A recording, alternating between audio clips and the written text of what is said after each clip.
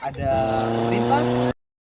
Assalamualaikum warahmatullahi wabarakatuh. Perkenalkan, nama saya Ahmad Noval Hamdani, absen 1 dari kelas 12-2. Kali ini saya akan menjelaskan tentang apa itu HAM, bagaimana penerapannya, serta ada masalah dan solusi yang nantinya akan saya ceritakan seperti cerita. HAM sendiri merupakan kepanjangan atau kependekan dari Hak Asasi Manusia.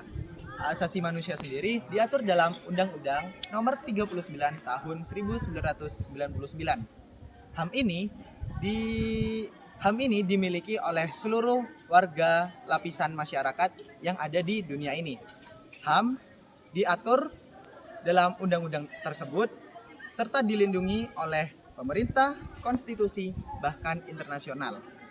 HAM harus diberikan kepada seluruh lapisan manusia sehingga mereka mendapatkan perlindungan dari berbagai strata sosial atau masyarakat seperti pemerintah, lembaga kemasyarakatan, serta orang tua sendiri.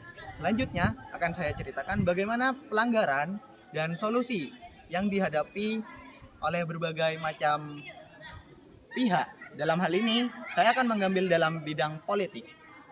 Oke, langsung saja ke cerita berikutnya. Pada suatu hari di Indonesia sedang diadakan pemilu atau lebih tepatnya pemilihan presiden. Pada bulan-bulan sebelumnya, sebelum pesta demokrasi dilaksanakan, banyak pihak dari kubu paslon yang mengkampanyekan paslon presiden mereka. Suprapto sebagai salah satu warga negara Indonesia di Kabupaten Jember juga antusias mengikuti pesta demokrasi tersebut. Dirinya bersama warga lainnya menyiapkan tempat bersama untuk TPS besok yang akan dilaksanakan. Berbagai peralatan disiapkan. Keesokan harinya, dikarenakan kelelahan, Pak Suprapto bangun kesiangan dan berpikir hampir terlambat. Di saat mengantre, Pak Suprapto berbincang dengan tetangga lainnya terkait sistem pemilu yang semakin canggih. Akhirnya, Pak Suprapto mendapatkan giliran untuk memilih. Keanehan mulai terjadi. Di saat mendaftarkan namanya untuk memilih, tertera tulisan bahwa nama dan NIK tersebut telah memilih paslon presiden. Pak Suprapto lantas kaget dan memanggil panitia terkait hal tersebut. Pak Suprapto diberitahu oleh panitia bahwa kejadian serupa terjadi pada hampir seluruh peserta.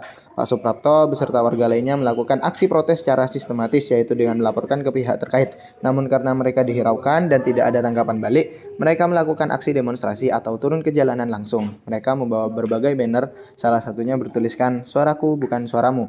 Pada akhirnya terdapat tanggapan positif dari pemerintah pusat. Pemilu diulang dengan menggunakan cara yang lebih aman.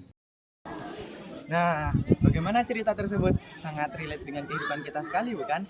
Jadi, makna dalam cerita tersebut adalah kita tidak boleh membeda-bedakan bagaimana hak satu orang dengan hak orang banyak.